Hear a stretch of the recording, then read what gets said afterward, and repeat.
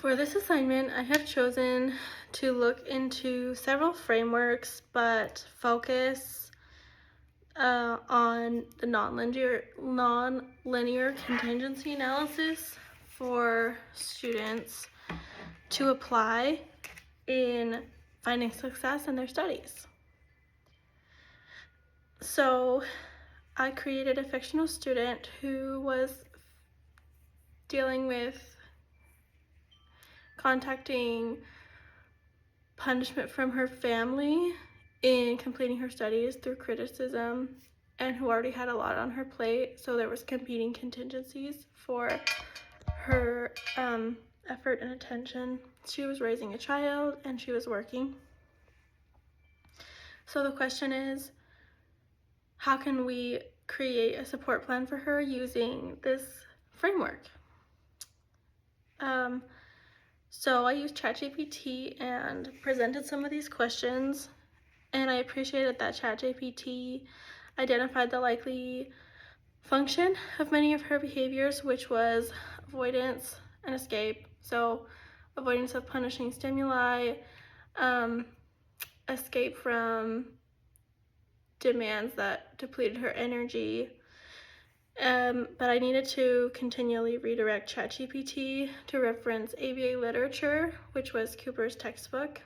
And ChatGPT came up with using pre-planned if-then contingencies, self-regulated learning, task-analyzed behavior chains to decrease the overwhelm, and the pre-MAC principle. And overall, the idea was to increase Clarissa's, who is the hypothetical student, contact with reinforcement to occur on a schedule of shorter intervals, and that the idea is that would effectively remediate all of the punishment that she is contacting from putting her energy and her effort into studying because of the competing contingencies. So I liked this method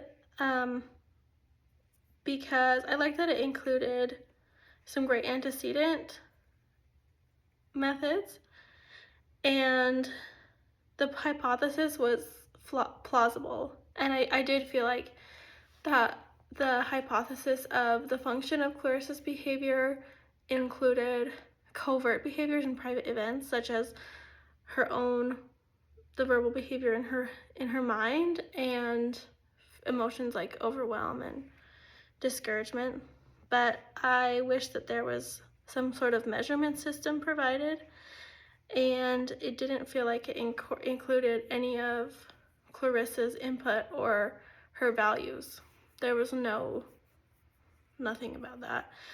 And being that Clarissa is a graduate student, and us as graduate students, we have developed a lot of skills, and one of the important skills that we need to continue developing is advocating for ourselves and creating environments where we can thrive. So it would be great if that was included. I did feel like the support plan provided by AI was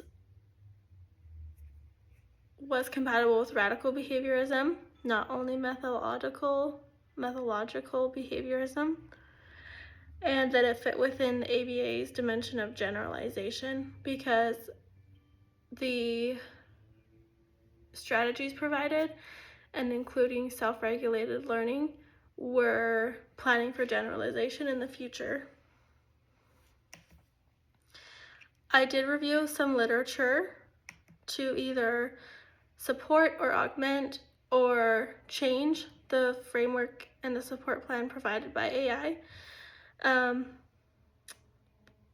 I studied a 2025 article by Fruitman, a 2021 article by Kelly et al., a 2022 article by Warner et al., and a 2021 article by Palilunas.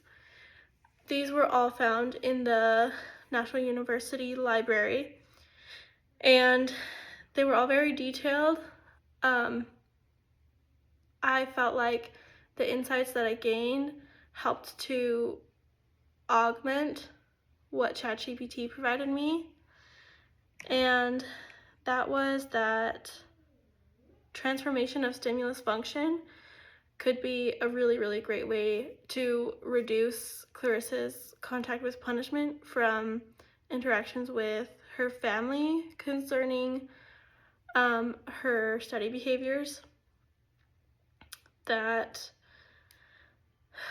the function of Clarissa's behavior might not always be avoidance or escape, because slight changes in the environment can change the function of a person's behavior, even if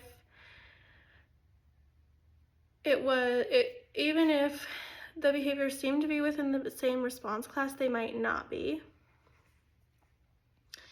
And that using relational frame theory to understand a person's hierarchy of values and then empowering them to apply those to the situation is a great way to achieve more lasting behavior change.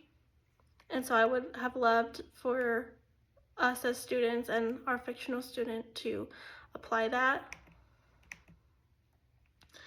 So overall, I felt like AI provided a great starting point, but the literature reviews that I went through provided an even further expansion of how we can be successful and how we can look at the functions of our behavior in a very nuanced way and incorporate our values into the way we're changing our responses. Thank you.